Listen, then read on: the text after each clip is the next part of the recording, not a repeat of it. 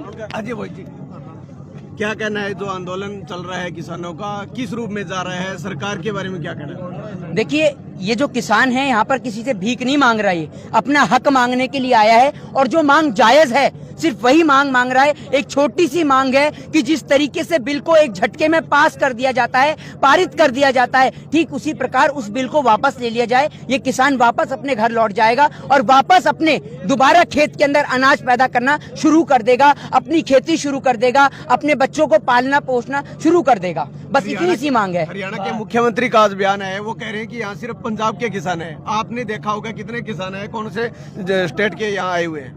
देखिए, मैं आपको एक बात बता दूं, वो लोग क्या जाने जिन लोगों का घर परिवार ही नहीं है, वो क्या जानते हैं। एक बात बताइए, हरियाणा के मुख्यमंत्री मनोहर लाल खट्टर ने कितने साल खेती करी है? हरियाणा के मुख्यमंत्री मनोहर लाल खट्टर, मुख्यमंत्री महोदय, आप एक बात बताइए, आप आते क्यों नहीं है? जनसंवाद करिए, किसानों से बात करिए। ये अगर इस एमएसपी बिल के ऊपर, इस बिल के ऊपर जो पारित हुआ है, इसके ऊपर 10 मिनट भी भाषण दे देना तो बहुत बड़ी बात समझिए। ये अनपढ़ जाहिल गवार लोग हैं, इन्हें देश के बारे में इतना सा ज्ञान नहीं है। आज देश का किसान सड़क पे है, कभी देश का जवान शहीद हो जाता है तो कभी देश का अन्नदाता फांसी लगा लेता है, लेकिन देश की सरकार सिर्फ चुपचाप बैठकर मौन होकर तमाशा देखती रहती है। देश के अंदर एक कंगना का छज्जा क्या टूट जाए, कश्मीर से कन्याकुमारी तक सारी दलाल मीडिया हाहाकार मचा देती है, लेकिन इस देश का किसान इतने दिन से सड़क पे पड़ा हुआ है। कोई सरकार, कोई दलाल मीडिया, कोई भाड़ू मीडिया, कोई पत्तल चाट पत्रकार यहाँ आके सुध नहीं ले रहा कि आखिर किसान कैसे पेट भर रहा है, आखिर रात को अगर सो रहा है तो कहाँ सो रहा है। और यहाँ तक कि जब वो आता है घुसने भी नहीं दिया जाता, उसके ऊपर पानी की बौछार की जाती है, पुलिस के जरिए उसे रोकने का प्रयास किया जाता है और सीआईएसएफ के जरिए, आर्मी के जरिए रोका जाता है। ये देश की विडंबना समझिए। और आज इस देश के अंदर एक बुरा समय समझिए कि एक बेटा जो सरहद पे खड़ा हुआ है, जो देश की हिफाजत कर रहा है, उसी बेटे से उस पिता को रुकवाया जा रहा है। तो क्या ये इस देश की विडंबना नहीं है? क्या आज आपको नहीं लग रहा कि मोदी सरकार इस देश के अंदर देश के हर एक व्यक्ति से लेकर, अन्नदाता से लेकर हर एक व्यक्ति को मारने में लगी है, उसको अत्याचार करने में लगी हुई है?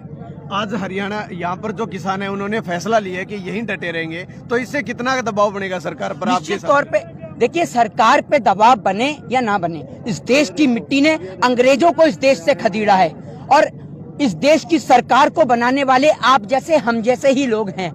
अगर हम लोग बना सकते हैं तो हम सरकार को उखाड़ फेंकने का भी दम रखते हैं और हम अपनी मांग बिल्कुल जायज रख रहे हैं। हम उन लोगों की तरह नहीं है। और नरेंद्र मोदी जी, आपको बता दूं कि ये लोग आपके बाबा रामदेव की तरह वो लोग नहीं है जो सलवार उठा के या बुर्खा पहन के भग जाएंगे। ये देश का किसान है जो अड़ा रहेगा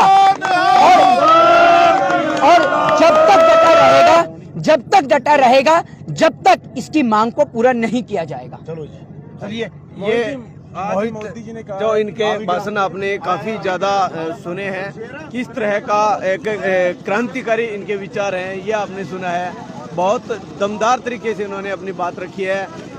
इस तरह के क्रांतिकारी लोग यहाँ पर इस आंदोलन के अंदर पहुँच रहे हैं। इनके जो भाषण इतने आपने अब से पहले अपनी न्यूज़ पर आपने नहीं सुना था, लेकिन अब पहली बार आपको अपनी न्यूज़ पर ये मौका मिला है कि ये जो युवा है, इसके काफ़ी भाषण, अगर आप सोशल मीडिया पर एक्टिव हैं तो आपने सुने होंगे कि किस तरह से इन्होंने एक जो इनका एक मुख्य जो इनका भाषण है उसमें इन्होंने कहा था कि मोदी जी मैं आपको झोला पैक करवा दूंगा। ये बात बोलकर वो पूरा अपना भाषण ये पूरा करते हैं। मोहित है ये, यहाँ पर दिल्ली के अंदर, यहाँ पर ये जो किसानों का जो प्रदर्शन चल रहा है, यहाँ पर ये पहुँचे हैं, उन्होंने अपनी बात रखी है।